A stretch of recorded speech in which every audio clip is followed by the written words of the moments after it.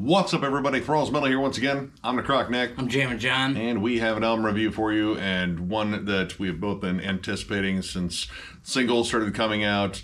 Been a long time fan of this band. We are going to go over the latest offering from Baroness, Stone.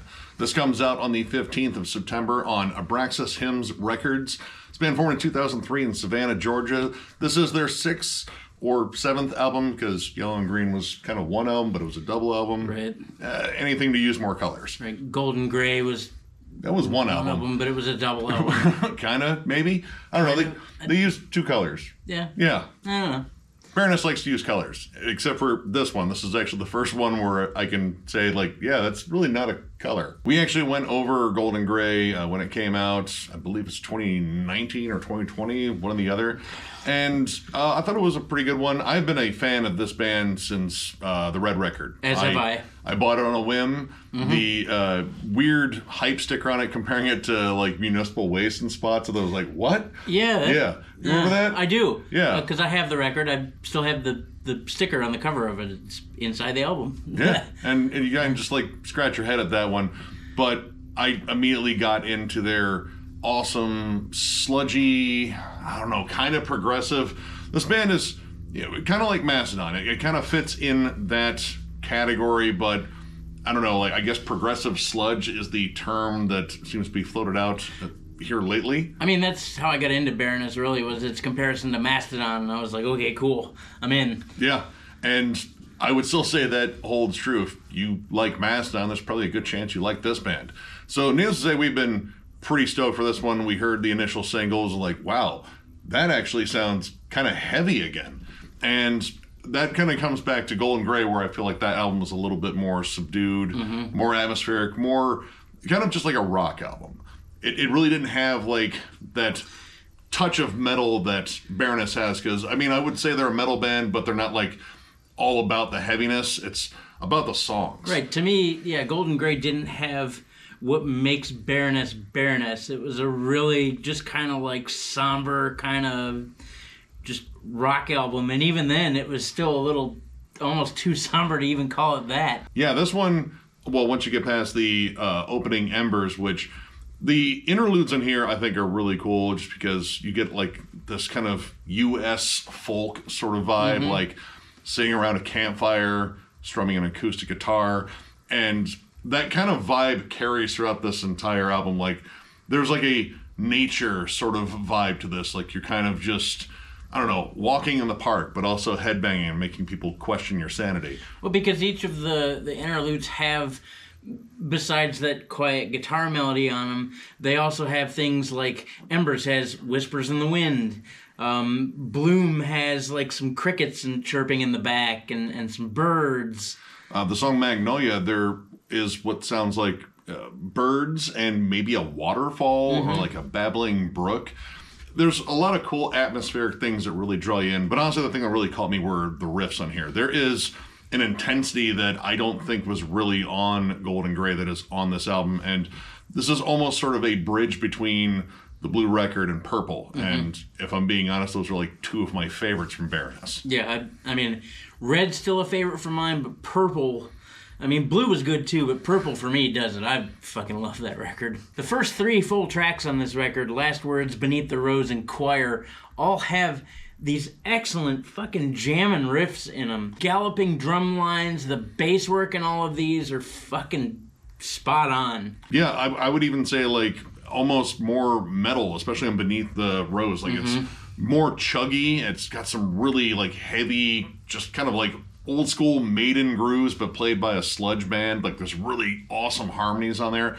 And vocally, it's a little bit different because, I mean, with Baroness, you expect like those desperate, pleading, just sort of huge vocals that John does so well, and now Gina really, really shines on here too. But the strength of this band, I think, has always been in like vocal harmonies when it comes down to the vocals. But man, the spoken word stuff on here honestly kind of supplies like a little bit more eerie, unsettling atmosphere, especially on Beneath the Rose and Choir. It almost runs kind of like, an audiobook of reading through a desperate man's journal entries, and it's very dark and very somber and kind of unsettling in a way, and you get this weird contrast between these heavy kind of epic riffs and this dark, foreboding sort of vibe when it comes down to verses. Especially on Beneath the Rose into Choir. Because Beneath the Rose, most of that song, if not close to all of it, is really jamming, really heavy. But I like how Choir just kind of bookends into the back half of Beneath the Rose. And it starts out, you still got that driving groove that's in Beneath the Rose. But then it cuts into this really sweet jam. And I know this band has jammed before, but like this time it just seems like it's more dialed in on their jams. Got a lot of like Clutch vibes. Yeah, but like weird, like spacey atmosphere. This band does a great job with like utilizing guitar effects and sound loops and stuff like that. And well, in terms of their songwriting, I would definitely say it's still very progressive, but they kind of, like navigate that a little bit differently. It's more emotionally driven. It's not driven by like, like heady concepts and like, oh, how can we make this next part so complex that no one can fucking understand it?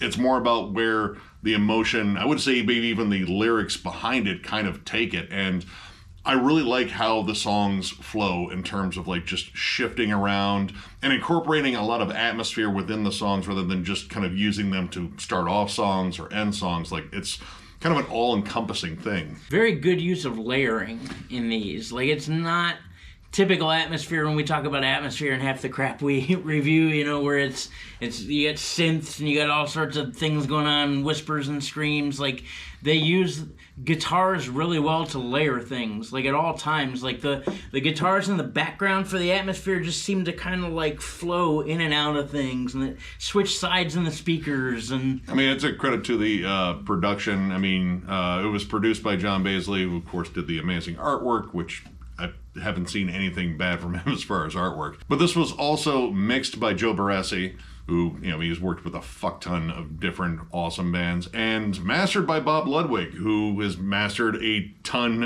of, like, huge albums. So, I mean, you have, like, some excellent people there behind the knobs, and the overall effect is honestly one of their best sounding albums. Man, like the drums on here are punchy, they sound natural and organic. I mean, that's kind of like a baseline for the entire album too, but the bass being prominent and very warm. Rich and warm and just kind of flowing like melted butter.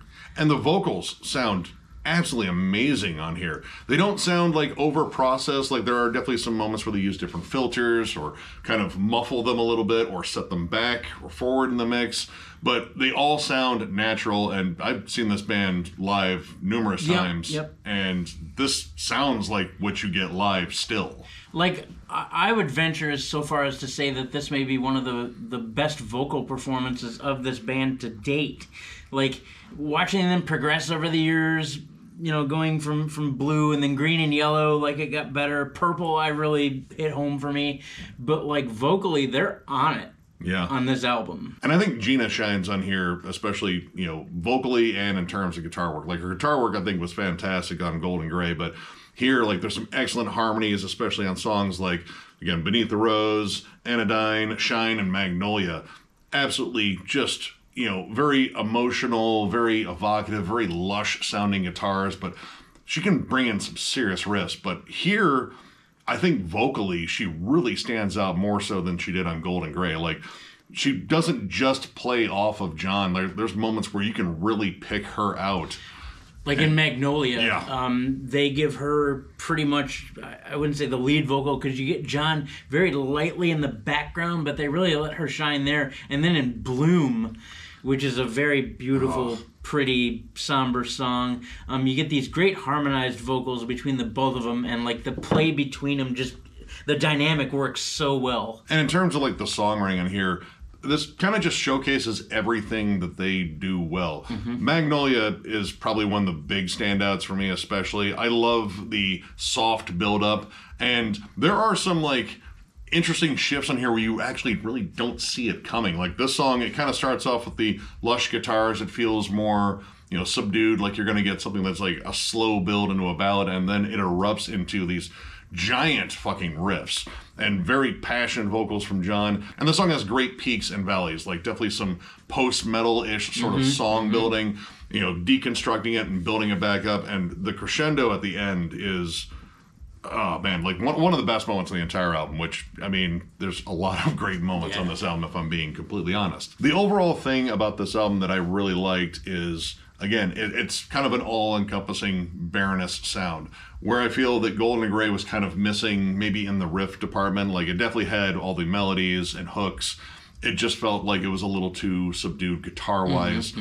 This one kind of balances it out, and that's something I kind of need with Baroness. Like, I need the deceptively heavy moments to come in to play off of the very soft, heartfelt moments, but it's the emotional intensity and the musical intensity sort of matched up. Like, that has always been my draw to Baroness, that and just the interesting shifts in the music. Like, this can be as soft and airy as a ocean breeze, or also can just come down and slam you like a slab of granite. This album is great at building tension and building up emotion. Like, you know, when it comes down these big crescendos and huge choruses, which the choruses in here are absolutely fantastic. Last Word is an immediate sing-along. Shine is, man, huge vocal hooks on there. Choir has this really big reverb section when he does sing, and it's like, it's still kind of spoken word because it's almost like staccato the way he presents it, but it's really cool. Yeah, and that whole shifting from like haunting to like very, you know, emotional and soaring at times, like that kind of stuff makes for an awesome listen. And another thing is, I think all these songs really know how to stand out. Anodyne is almost like a stoner rock jam. Like, it has like a little bit of that sort of like Caius meets Mastodon sort of like, I don't know, like it's a straightforward riffy groove. Like, it kind of stays in this one groove, but it has these cool haunting vocals on top of it, and the riff that carries it is just fucking great. Yep, that cool droning riff that carries it. Even though it's heavier, it's still more laid back. Like, they found a good use of carrying the weight, not presenting it as something heavy. Like, it still was very somber and very like emotional. Baroness has always been good at like emotional weight, like especially if you get into the lyrics, which, man, like they're really dark, and I mean, they're very personal too, and there's something about that, like that sort of like intimacy of like, you know, bearing it all emotionally in these songs, and just in general with this band, that, again, another thing that has always appealed to me about them. And honestly, it never comes across as cheesy, which, I mean, there's a lot of like, you know,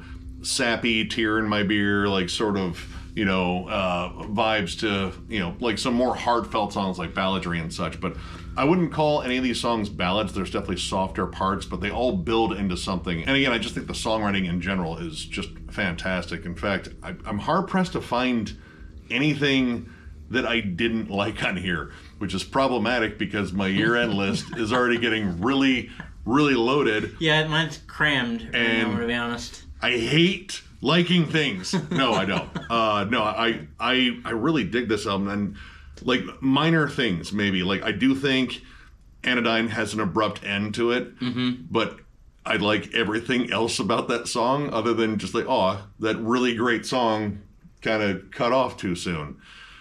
That's not necessarily the biggest gripe, honestly. Nope.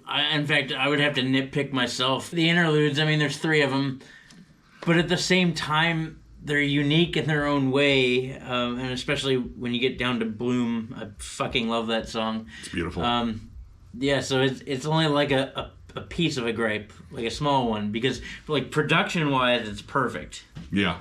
I mean, you got some serious names behind it. It better be. Yeah, right?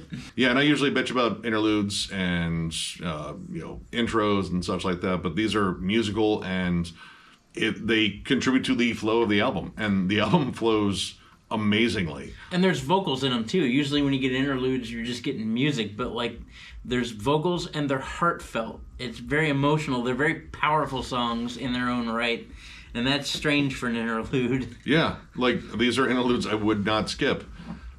I'm not saying that's going to be the standard for interludes from now on, but it's going to be the standard for interludes on this one. Yeah, I absolutely dug this one, and I had a good feeling when I heard the singles, and I have an even better feeling after listening to this album. This is a 4.5, possibly bordering on a 5. Like, I really, really dug this. You know, there's always that emotional connection, especially with Baroness, because again, I always love the whole bearing it all vibe about the lyrics, but man, musically, God, these guys are great songwriters. It is deceptively heavy at times, and it's softer moments. It's quiet. It's intimate. Again, like, it's so attuned with nature. Like, I just love the whole vibe of this album, and I like the fact that they balanced it out again. It has its more intense moments. In fact, how it opens, I think, really kind of just sets you up and gets you geeked right away, and then allows you to settle into the more giant-sized, longer songs that are towards the end, especially Shine and Magnolia. Oh, God, those songs are amazing. If you're a longtime fan of Baroness, go ahead and get this. You will fucking love it. If you're a fan of Mastodon, God, like, even some stoner rock stuff, I don't know, like, if you just like good music, I can even say that. I think, I mean, really, if you like Baroness, in the end, because they don't really have, in my opinion, a bad record in their catalog. They have records that I like less, but none of them are bad. Yeah, so go get this. What are you doing? Just do it. Yeah, I'm following right with Nick here. I mean, this record from beginning to finish is an adventure. It's a killer listen. It's a 4.5 for me too, and it is bordering close to a 5. Although I may let 3 interludes knock it, but even then, that's not a bad thing in this case. The ebb and flow of this record is amazing. They do such a good job of taking you on a journey. They're definitely out in the woods, or they're definitely in the desert somewhere. Like it sounds like most of this record was written outside. Yeah, but it's got a real good feel to it. So many strong songs, dude. Beneath the Rose, Choir, Magnolia, Bloom, and really everything in between. Great musicianship, phenomenal songwriting, and the vocals are killer. The drum work is awesome. There are so many times I was like, yeah. You know, the fact knowing that this guy uses a smaller kit, yet somehow utilizes it to the fullest, and not, you know, to do things that are overly flashy, but it's like he just peppers in, like, shots of good whiskey. Yeah. Yeah. Like, oh, that was a cool turnover. Oh, that was a really cool fill. Ooh, a little snare roll. Like, the groove is awesome. The bass work is, I mean, man. Letting the bass work carry the melody in a lot of these things, it just goes for a walk. The riffs are great. I had a good time. I've been a long-time Baroness fan since they pretty much started. I, too, have seen them multiple times. Like, I know that this band is good for a good record because they've done it time and time again. And this is another great offering. In fact, this is my favorite Baroness album released since Purple. Yeah. Just a great listen. I can tell I'm going to be doing it over and over and over again. If you're a Baroness fan, you're going to love the shit out of this. Go pick it up. You know, like we said, if you like Mastodon, Clutch, I got reminded of the Deftones sometimes. Like Thin Lizzy. Yep, Thin Lizzy, yeah. I mean, this record is all over the map, but in a really good way. I love all the atmospheric things going on in here. Just a good listen. I could gush forever, but I'm not going to. I just strongly encourage you to go out and pick this up. So, if you enjoyed this review, give it a thumbs up. And if you are new to the channel, subscribe, because we do stuff like this all the time. We are also on Patreon. If you'd like to help us out there, there's a link down below at thrallsmetal.com. Our Patreon link is in there, as well as our store, which we have shirts now, and we have hats, and you can get them both there. We didn't get a chance to really show off the shirt designs, but who knows? We'll probably wear one of them at least in a video, but once you go to the site, you'll see them, and I really like this artwork. They're really fucking cool. It's pretty fun cool. Thank you, Dylan, for the artwork. We grossly appreciate it. What else is on the roster? October 1st, Revocation, Unearth, Entheos, and High Command for $25. Fucking come out. Come out. It's going to be a 1st. blast. It's going to be a really good time. I've been to hundreds of shows there. I can guarantee you it's going to be a really good time. So, yeah, come out. And, of course, thank you all so much for liking, subscribing, following. Plenty of stuff we're working on here. Been listening to a lot of Judas Priest, needless to say, and working on some Saints of Metal stuff, collection updates, whole bunch of shit, because, man, this tail end of the year is loaded with not only releases, but fucking shows. And oh, my God. I'm trying to see as many of those as possible. Yeah, dude, everyone's fucking touring, so go see everyone. It will cost you money, though. But, we're looking forward to just overloading you guys with more content. And, thank you guys for every ounce of support you give us. It is amazing doing this. And, we're going to get right back to it. So, once again, thank you all, and we will catch you later.